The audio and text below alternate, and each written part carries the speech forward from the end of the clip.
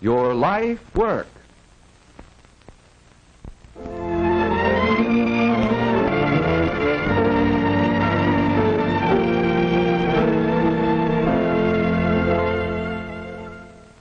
Great buildings are constructed of stone, concrete, brick, steel, and other materials in addition to wood. The woodworker plays a very important part in their construction, however.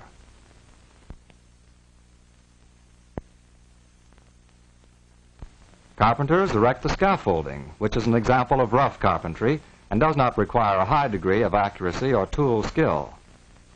Building forms for concrete work is also rough carpentry, for when foundation walls are to be of solid concrete, forms are necessary to provide reasonably smooth surfaces. Today, plywood is used extensively for this purpose because of its flexibility and large, smooth surfaces. The plywood is prepared at the mill by putting together several thin sheets of wood in the dimensions needed. This has limited the carpenter's work in building forms out of lumber, although more work has been created for workers in plywood mills. On many smaller buildings, the forms for concrete pouring are still made from common lumber and provide work of rough nature for the local carpenter. A barn is an example of rough carpentry, as are hog houses and other farm buildings, such as poultry houses, machine sheds, granaries, and corn cribs. Building a house involves a considerable amount of rough carpentry. When the foundation is ready, sills and joists are laid. And where extra strength is needed, diagonal braces, called bridging, are nailed between the joists.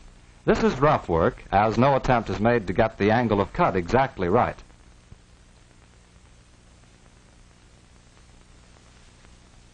The rough floor is then laid over the joists, forming what is commonly called the platform or deck. Upon this platform are erected the outside walls. As they are framed, openings are provided for doors and windows. The outside is covered with material called sheathing. This may be wood or one of numerous insulating materials, the purpose of which is to keep the house warm in winter and keep the heat out in hot weather.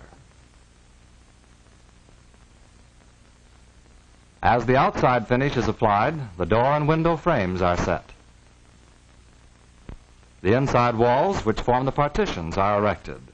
Carpenters on a framing job work as closely as possible to exact dimensions.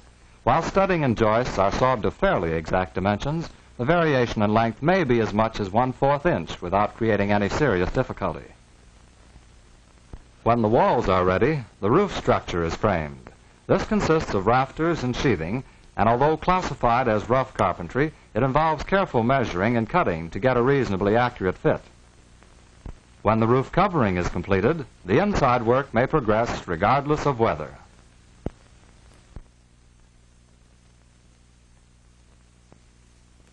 After the plastering is finished and properly dried, the carpenters return to install the inside finish. This requires very careful, accurate work in order that all parts will fit exactly.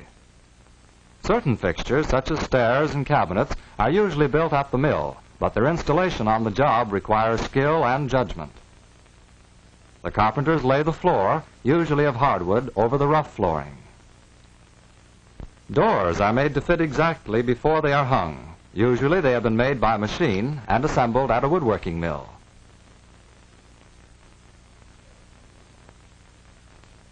Cabinets of various kinds and sizes, which have been assembled in the mill, are grouped together in the finished house to form any cupboard arrangement which may be desired. In former days, such cabinets were entirely built by the carpenters on the job. Today, the field of cabinet making has been reduced greatly by the substitution of other materials for wood and the use of specialized machines in woodworking mills.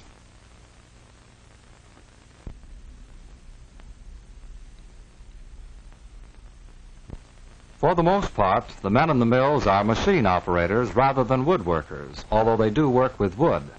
A certain degree of skill is necessary to operate the machines, however, and this work provides considerable employment. In the assembly departments, the workmen put together window sash as well as doors. If the machine work has been done properly, the assembly usually goes along without difficulty. However, just a slight variation in the size of a piece or swelling of the wood due to excessive moisture in the air may cause problems which require considerable judgment and skill to solve. In the stair building department, special orders, which vary from stock designs, create problems which require ingenuity and some creative ability on the part of the stair builders. Consequently, this is a very high type of work, and only woodworkers with great skill and long experience are entrusted with it. To those well qualified, it offers a very satisfying occupation. In the woodworking field, there are jobs for workers of all degrees of skill. If you prove your ability to take on extra responsibility, you may become a foreman or an inspector.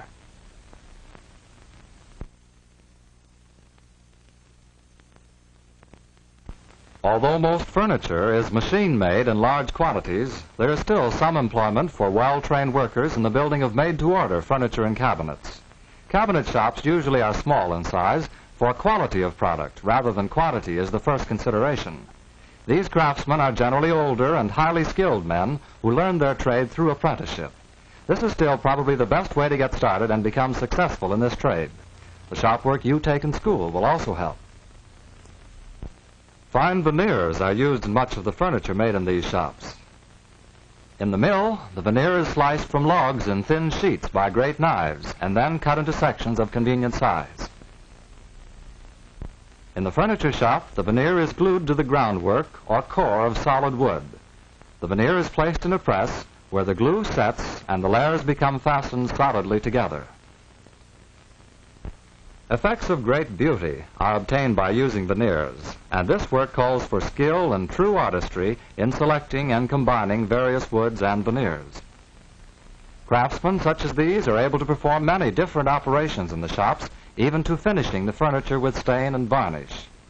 Fine furniture making is a fascinating field, but one which is somewhat limited because the higher cost of skilled handwork reduces the market for such articles.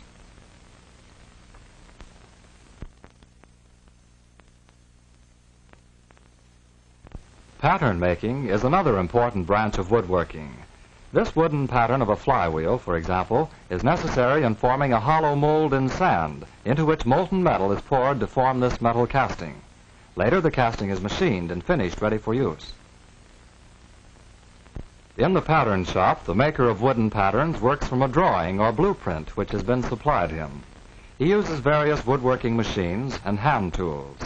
His work must be extremely accurate, and it is complicated by the fact that the pattern usually is made in 2 or more pieces so that it can be removed from the sand molds.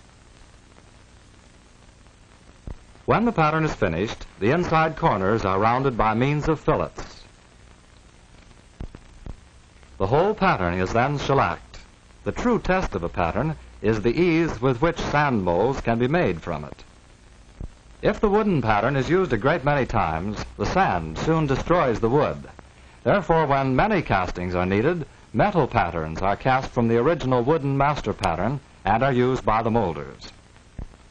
The pattern, in this case made of metal, is placed in a special container known as a flask. Special molding sand is sifted over the pattern and pressed tightly around it. The pattern is carefully removed, and a hollow space, the exact shape of the pattern, is left in the sand. Into this cavity, molten metal is poured, which may be iron, aluminum, brass, or various alloys. The flask is opened after the metal has cooled and hardened. The sand is removed, and the casting has the shape of the original pattern. There are numerous independent job shops which make patterns, in addition to those which are departments of large companies.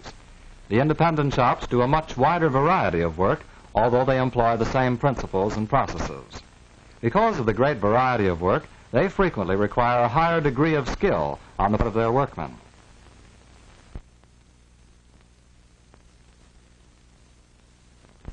The majority of contractors have come up through the carpentry field, and owners of mills, cabinet shops, and pattern shops are usually masters of their trades.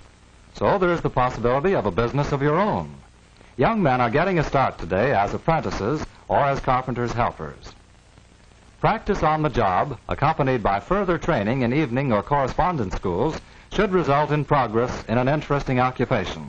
But success in this field, as in all others, requires hard work and study. If you are interested in any phase of woodworking, Investigate it thoroughly and learn carefully the basic tool processes as taught in your school woodworking shop. It is the use to which you put the tools that counts, and this requires training of the mind. Learn to read and interpret drawings, the language of construction, and develop your ability in mathematics. The sciences you study in school will also be a help to you. Spend as much time as possible in your own woodworking shop at home. Use your spending money to build up a set of tools and to buy material with which to work. If you can make woodworking a successful hobby, you have a good chance to make it a successful occupation.